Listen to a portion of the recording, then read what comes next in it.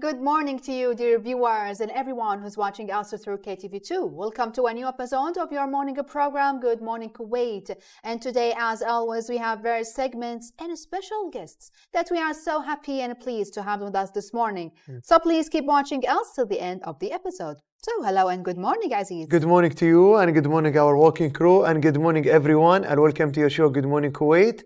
This is your host Abdulaziz Darwish. We are coming to you live this morning from the Ministry of Information studios here in downtown Kuwait. As usual, our camera crew are traveling all around our lovely country, state of Kuwait, to show you also great events. And today we have a distinguished guest who are going to join us today in this live permitting. Today when we spoke about the segments, spoke our camera crew, even we have to spoke about what's happening in the state of Kuwait, especially for our students. Yes. Now they are preparing for the, we call it the exams, to go to attend any college they want. Maybe want to travel abroad, maybe want to choose some majors in the private and public colleges. Exactly, Aziz. I know primary schools, they finished last week, and now the holiday, they started last week. But the high school and the middle school, actually, they are still going on with the final exams. I know a lot of families, they want to travel abroad outside Kuwait this summer, and some of them gonna stay in Kuwait. But they don't know actually how they can actually manage to have the free time in the long, actually, holiday, because it's gonna be like a 3 month and a half. So do you have any idea how can actually kids gonna have some fun during the holiday? Actually, you opened a very important and interesting topic. This is like for all the parents who's watching us through the KTV2, especially for your children. You can go, you check the website of Youth Public Authority. You can actually also check for the website of the NCCAL to see about the summer activities, and even there is some like a private academic if you want to attend for the sports, even the gyms.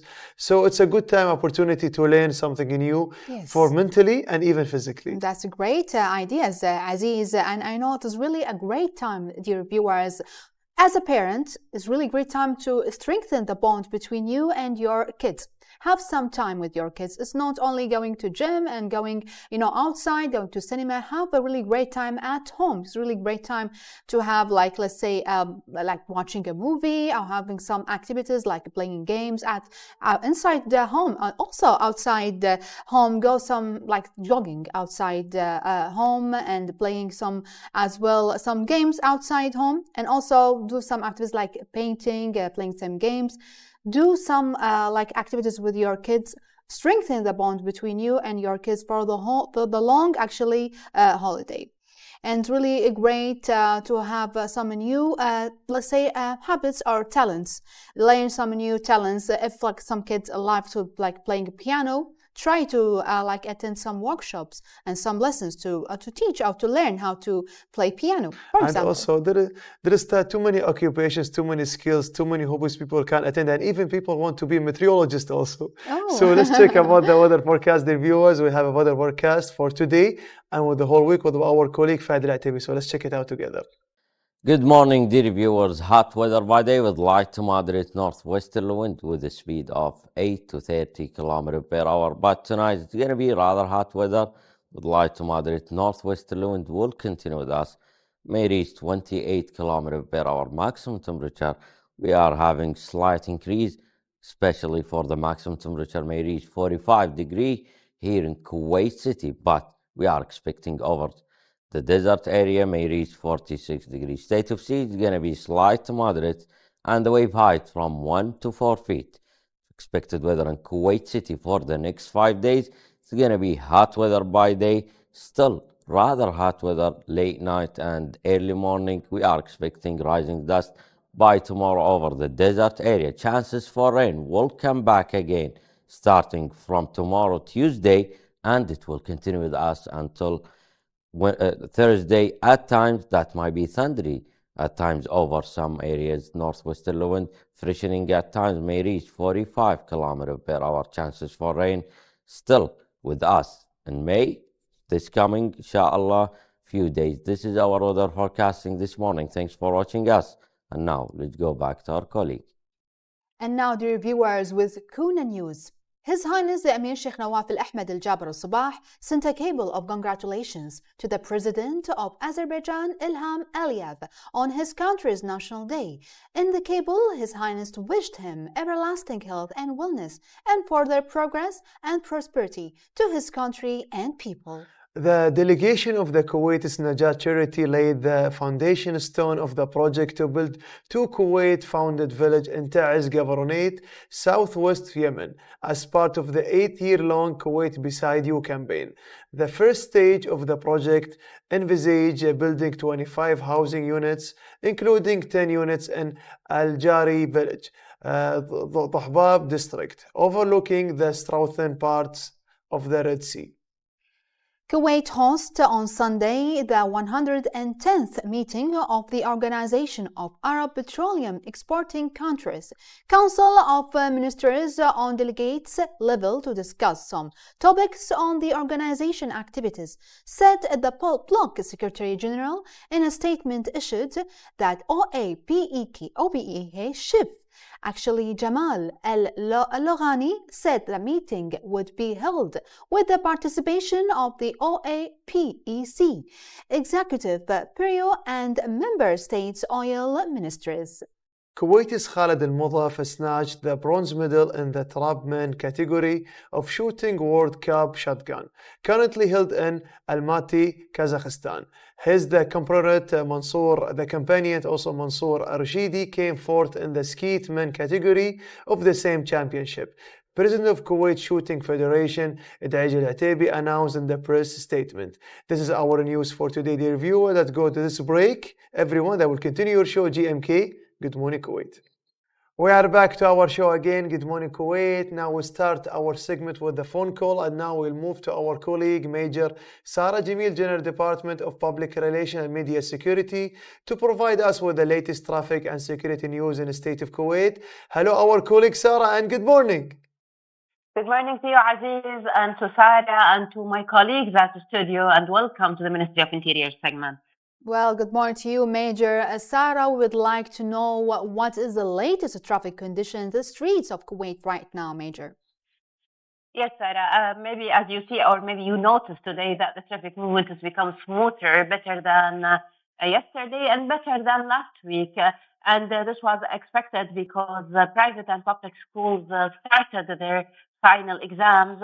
So the traffic movement now is smoother. And when our shows begin, it's already the roads become also smoother because employees are in their work. It's very important, again, Sarah, to highlight that following the traffic rules will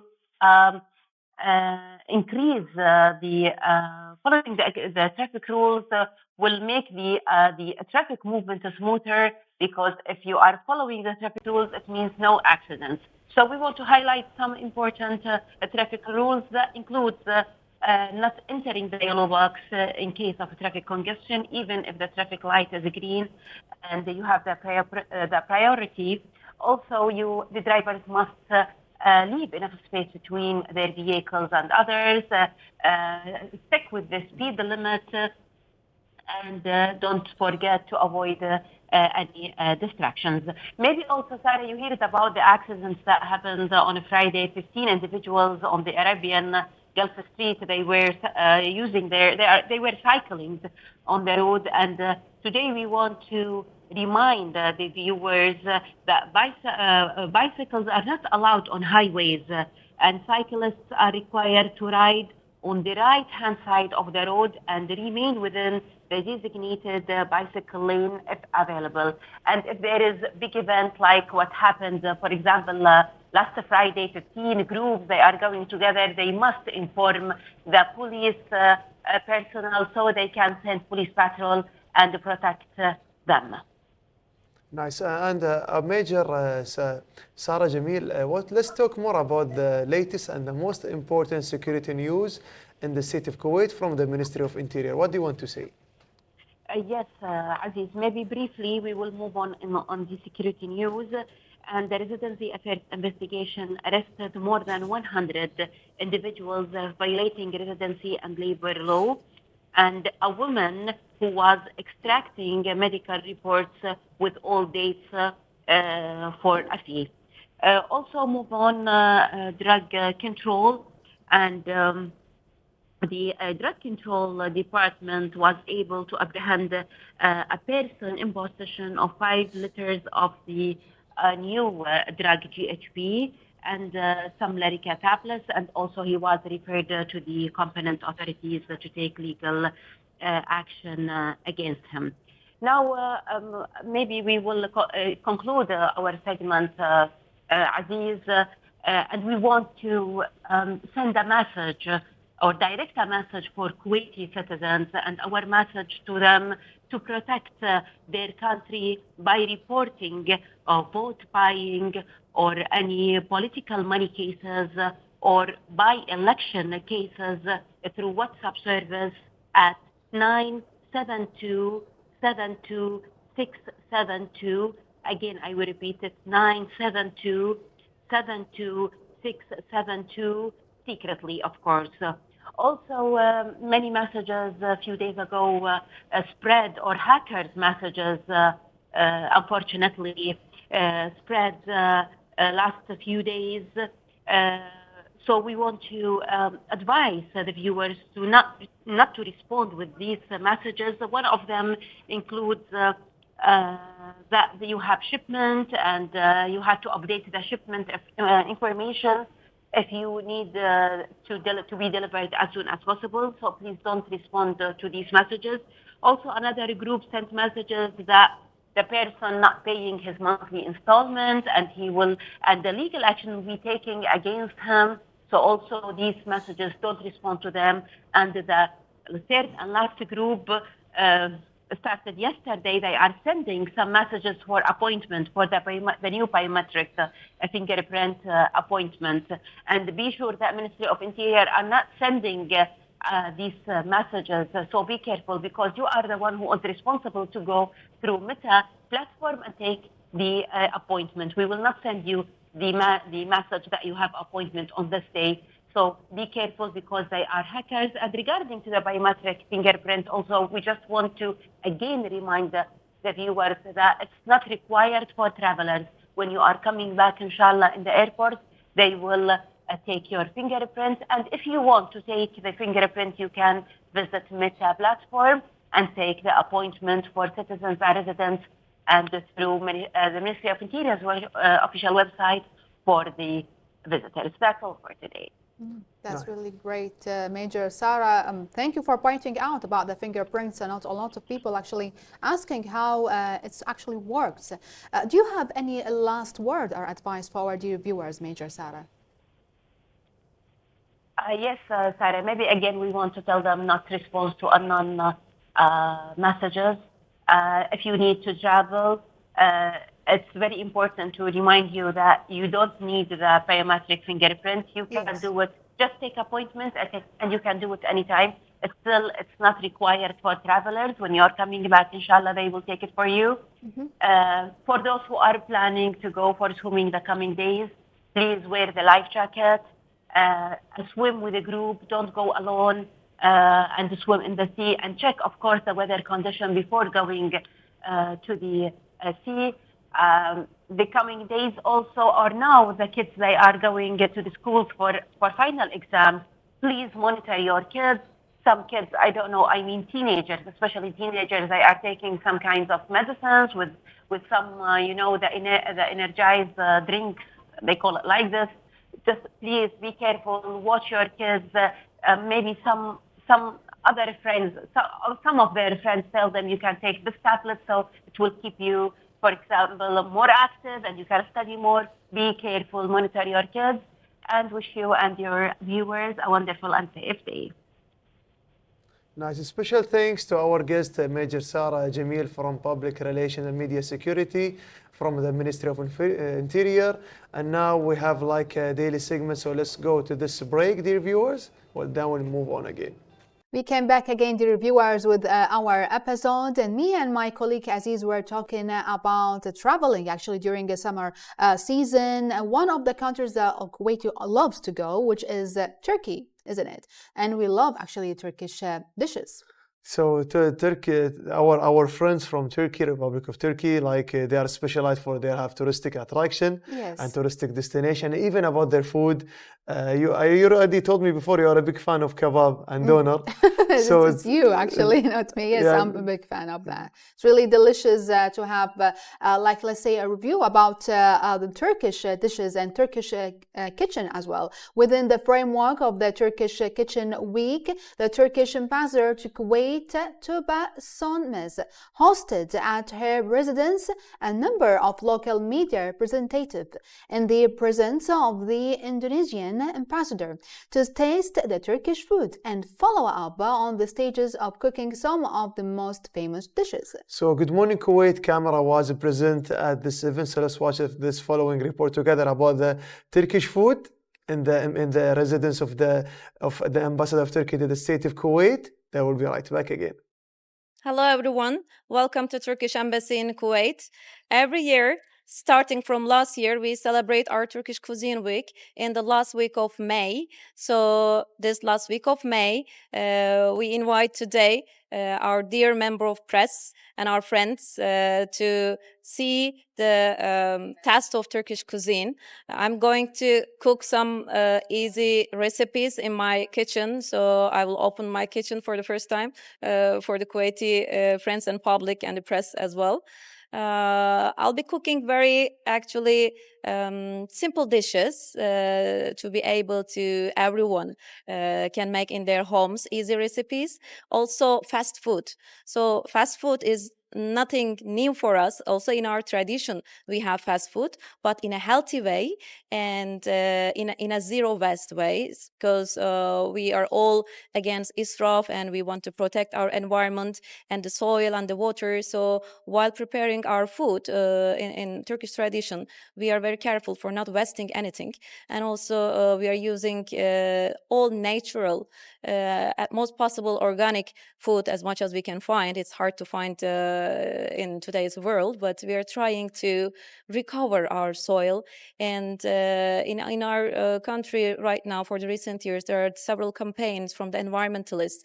We are trying to save our traditional, ancient seeds.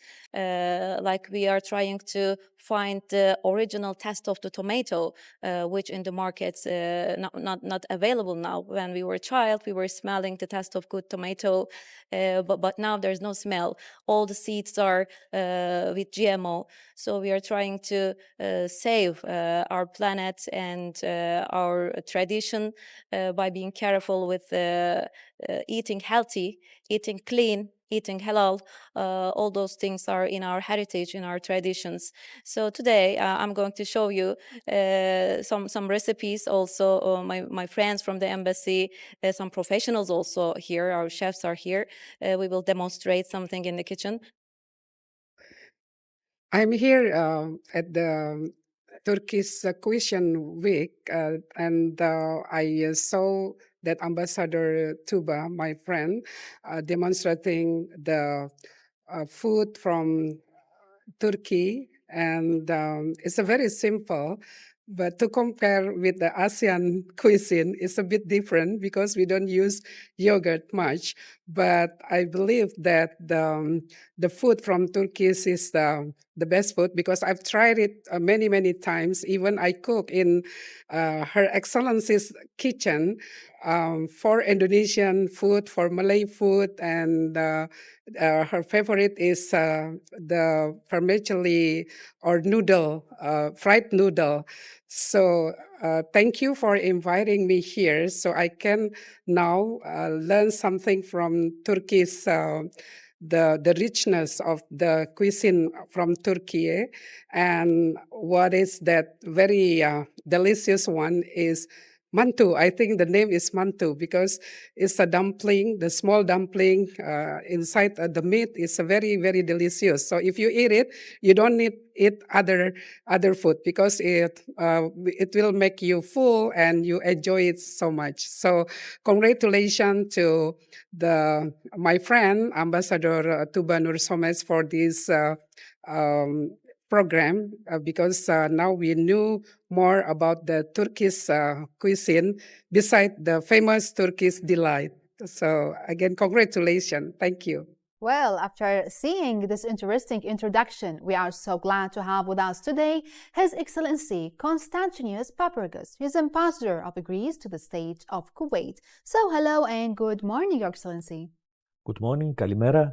Very happy to be here with you. Kalimera, and we are happy as well. It's really privileged to have you in our show, Good Morning Kuwait. And as we saw in the introduction, we're going to talk more about Greece and the relationship between both country Kuwait and Greece. It's been like 58 actually years since a historical relation between both countries. Can you please elaborate more about this kind of relation? The relation of the Greeks and the peoples which living in the Eastern Mediterranean and the Arab countries is very long. It's more than 3,000 years. But especially if we speak for Kuwait, starts from the time when Alexander the Great and his soldiers arrived for the first time here, and they arrived to the island of Icarus, which is named now Failaka, coming from the Greek word phylakion, that means fortress. And immediately after the independence of Kuwait, Greece was among the first countries who recognized the independence. And from this period started a closer relation between the two peoples.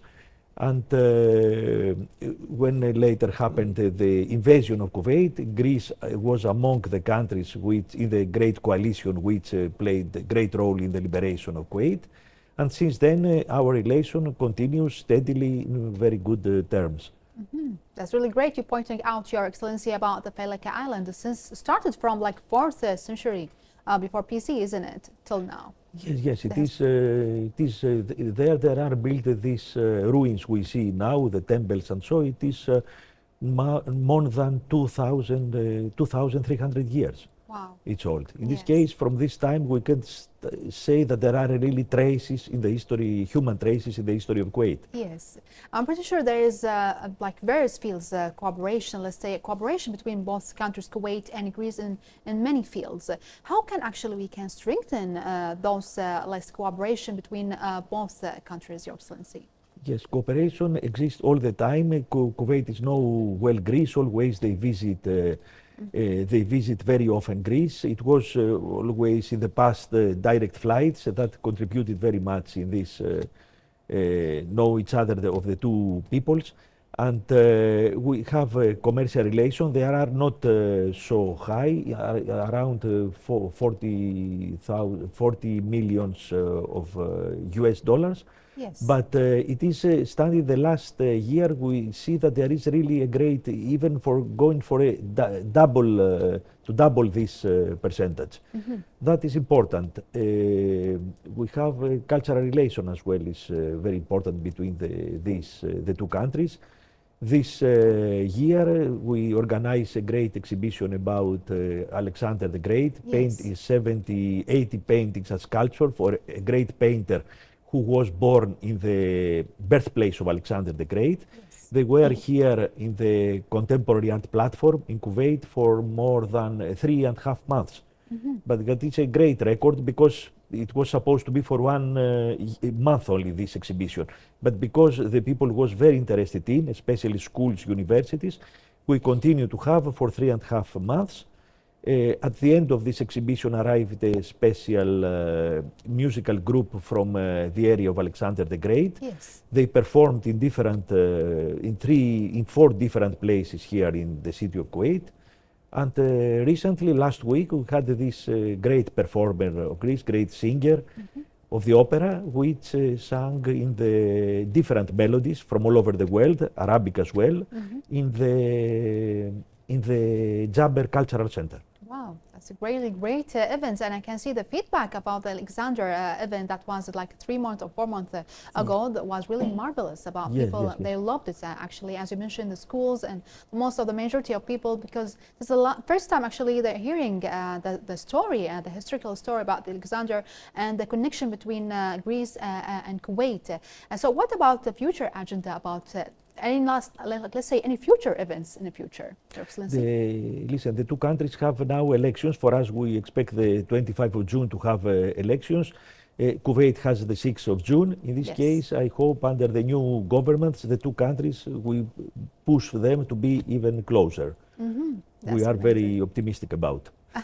That's amazing. So, Your Excellency, we know Kuwait is one of the pioneers of the humanitarian action with like donors, like some humanitarian activities and helping other countries. So, in your point of view, Your Excellency, let's say, how can you see the impact of Kuwaiti role in the regional and international scene, politically and humanly?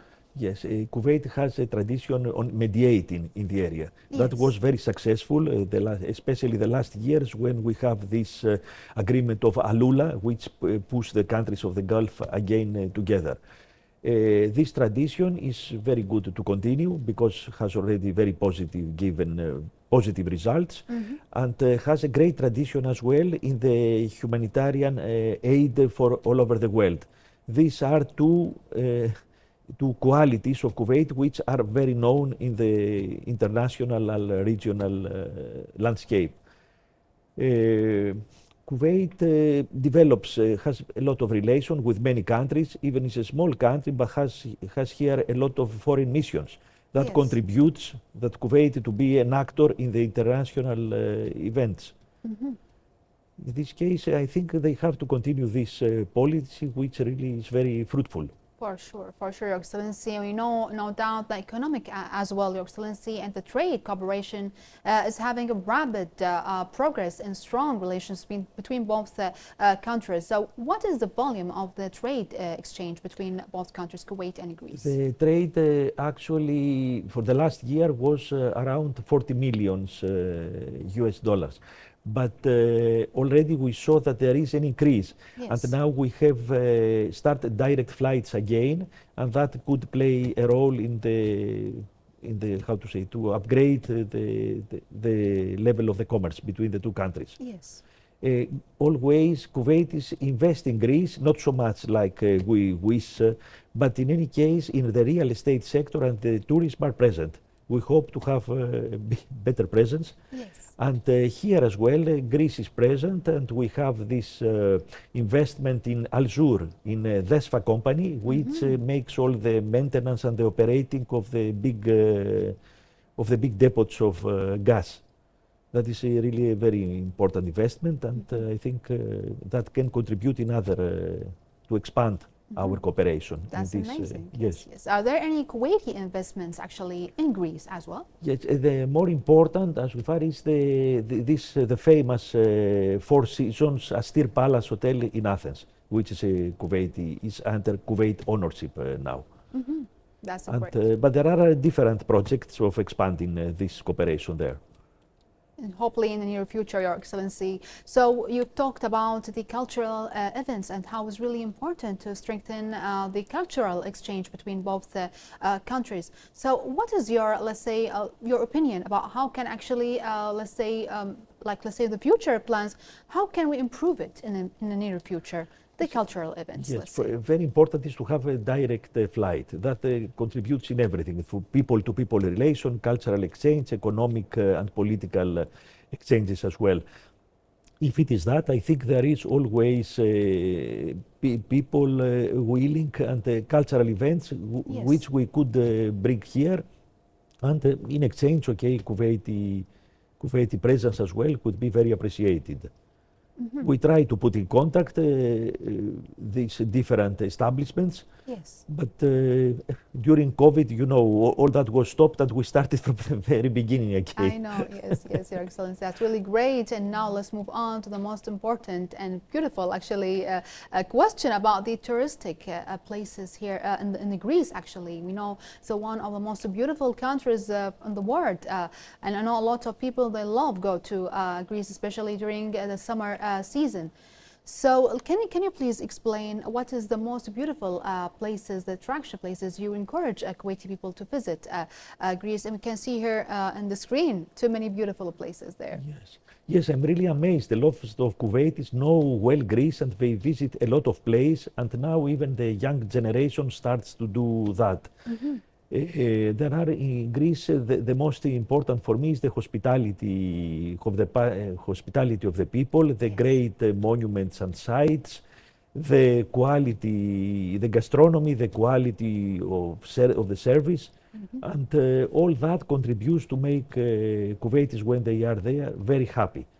And okay, a great majority goes to Mykonos, Santorini, and Athena. But I think it's very good that they continue in order to discover other areas which are not so crowded, Yes. and they offer so much in that. In this Yes. case, it's difficult to suggest where to go because there are really So so many many. nice places, and everyone has its own taste.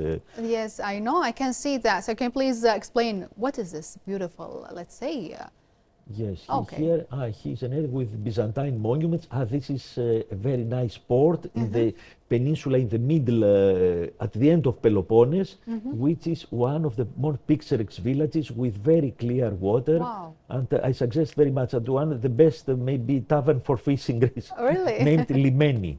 Limeni. Okay. Limeni, yes, yes. That's amazing. And what is the best weather, Your Excellency, to visit in Greece? Like in the summer season or like spring season? Listen, now as you see, with the climate change, it is very difficult to I know. predict anything. But in any case, the best for me is to go spring, okay, until June is very, very nice weather.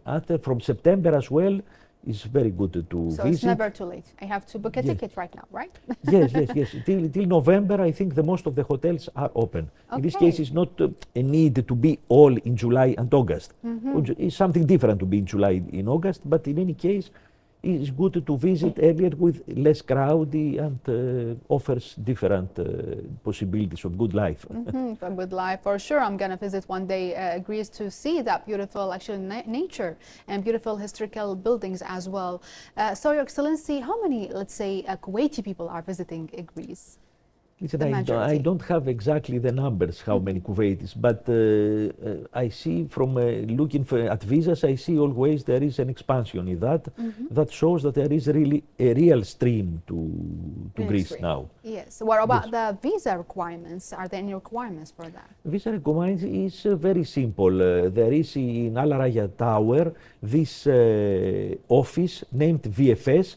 You have to make an appointment, and you have the appointment, and after that, in 2 days maximum, Kuwaitis have their visa. Oh, easy. That's Yes. really easy. And we know there's like cultural exchange, as you mentioned in the beginning of our interview. There is as well some, let's say, food. Let's say, what about the Greece cuisine? I see some similarity between, let's say, Kuwaiti or Middle Eastern dishes and Greece dishes. Yes, there are similarities, especially with the Lebanese cuisine. Yes. With the Lebanese cuisine, really are close. Someone who likes the Lebanese cuisine is sure she will love the Greece. But Greece is much more sophisticated, I can say. Yes. More in this case, you have the possibility to have much more tastes. Much more. What is the most beautiful, or let's say the main dish you have there in Greece that you would like Kuwaiti people to taste it?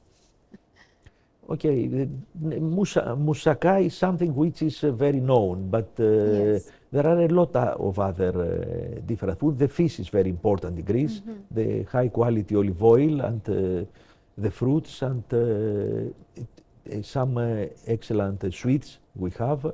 The lamb is very beloved in Greece, like it is in the Arab countries. In this case, you find similar, but there is a different way of cooking. The different way. Yes, I've yes. been taste one of my colleagues. She's like a Greece student.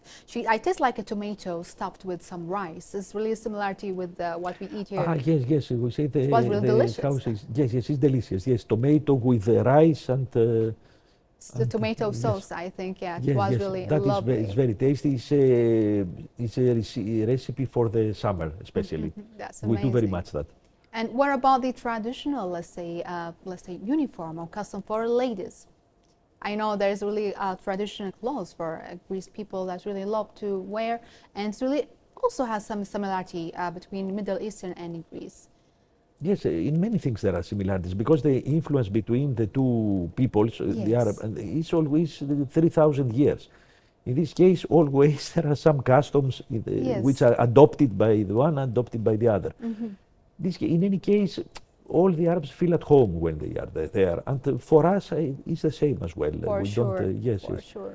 That's really great, Your Excellency. Do you have any last word for our dear viewers for today? I suggest for more people, for Kuwaiti people, to visit Greece. Okay, not all in the summer, but to continue visit even in the winter. Okay, there are people who like even ski sports or winter sports. There is this possibility, and it's very nice to visit the mountains as well, and the different cultural site, or following the festivals, different festivals in Greece. There is many possibilities, but not all to go July, August. It's better to be all over the year. All over the year to see until the different June. phases of Greece. Yes, that's right. You encouraged me, Your Excellency, to book my ticket to visit Greece before June finished, actually. Yes, with pleasure, please. Yes, thank you so much for being here. It was really a privilege to have you in our show today, Your Excellency. For me as well, always very privileged to be at your event here. You are most welcome. Big appreciation and thanks to our dear guest, His Excellency Constantius, is Ambassador of Greece to the state of Kuwait. So, dear viewers, let's have this report, or let's have this little break, and then we'll move on. We are back to our show again. Good morning, Kuwait. We are now, because usually in our show, our working crew are traveling all around our lovely country, state of Kuwait, to show you great events, especially when we talk more about the events and even about the reports. So we talk about the world is grappling with many interconnected crises, the tribal planetary crisis of climate change, nature, and also biodiversity loss and pollution and waste to the accelerating, and also we call it other protected or the conflicts are raising in the price of the basic grains and threatening food security in many countries. These crises are already undermining efforts to achieve the Sustainable Development Goals. Approximately 828 million people go hungry each year, and 3 billion cannot afford a healthy diet. The shocking amount of the food loss and wasted contributes to these crises. Of the total food produced for human consumption, an estimated 14% is lost before the food reaches the consumer. This is very important. So our topic, my co-host Sarah, will talk about the food security. The food security, and dear viewers, we know as food insecurity and global warming rise, governments, international development partners, and industry should invest in sustainable food cold chains to increase hunger. To decrease hunger, provide livelihoods to communities, and adapt to climate change. So what is the meaning of reducing food loss and waste through sustainable food cold chains? Let's watch this interesting report, and then we'll be right back to you. Every year, we produce more than enough food to feed everyone on the planet. So why are millions of people still going to bed hungry and millions of small-scale farmers still living in poverty? While the reasons are complex, one of the many critical issues to be addressed is food loss and waste. Around 14% of food is lost before it reaches consumers, while 17% is wasted at consumer level every year. This also means less income for farmers and fewer opportunities to improve livelihoods. Where is it all going wrong? One reason is the lack of effective cold chains, which in simple terms means keeping food fresh from farm to fork. Perishable foods must be kept in a cool, temperature-controlled environment throughout the journey from production, aggregation and storage, processing, marketing and distribution, all the way to our plates. This temperature-controlled supply chain of food is called the food cold chain. But cooling technologies can consume a lot of electricity, still largely generated from fossil fuels. Some continue to use ozone-depleting substances, ODSs, or hydrofluorocarbons, HFCs, which are powerful greenhouse gases. Today, cold chains contribute towards around 4% of global GHG emissions, which impact climate change and food production. Lack of access to food cold chains impacts food security, livelihoods, and limits access to markets. Without sustainable cooling solutions, our health, food, and livelihoods are at risk. So what's being done to improve the food cold chain?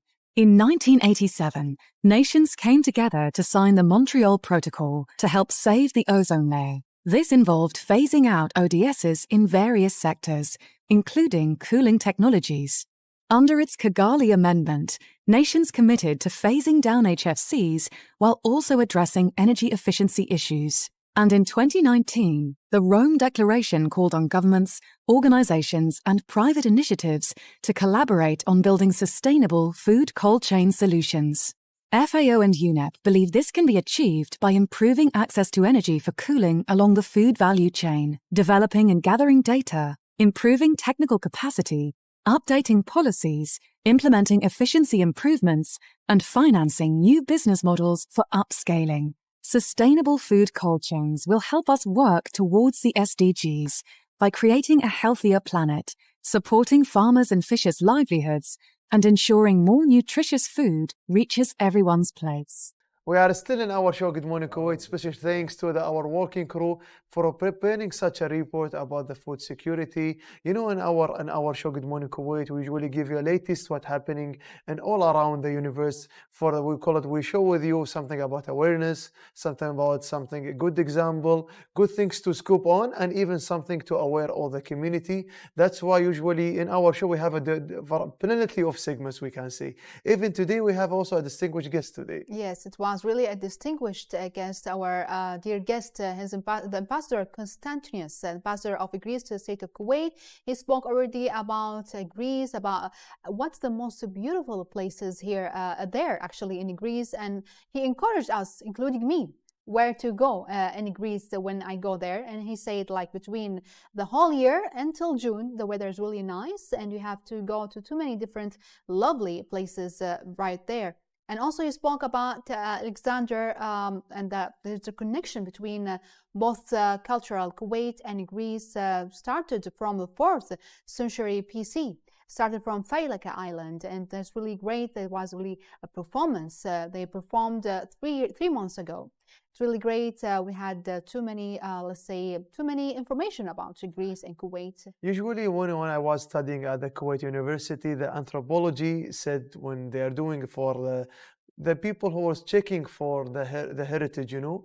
I went to Failaka Island. I see the people who's like grabbing with their spoons when they are digging to check also the historical, especially when it comes to state of Kuwait and Greece. They have like the mutual historical because of the Athens and too many happening for the Greece long time ago, Icaros, you know. So this is like the heritage of Failaka Island. So I saw the people digging with their spoons to see about the culture and the heritage for the historical island. That's amazing. And we talk about the cuisine, the Greece cuisine, and he said it's like really the similarity between Lebanese, which is the Middle Eastern actually, cuisine, and the Greece. So Aziz, have you been to Greece before?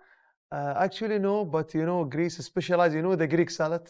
Yes. Now it's well known in the world. Even the seafood, what they are doing, their style with the tea, with the pots, with the small, like most of them are like grilled. Grilled, yes, yes. It's really amazing. And I wish I visit Greece so soon, especially before ending June, as our colleague, His Excellency said to us and advised us to visit.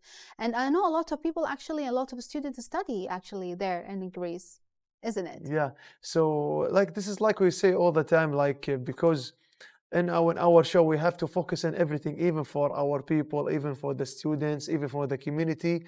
And today now we can say like our time is reached already, right? It's reached. Actually, I hope you viewers, you enjoyed our episode as much as we did. See you for our next time and have a lovely day.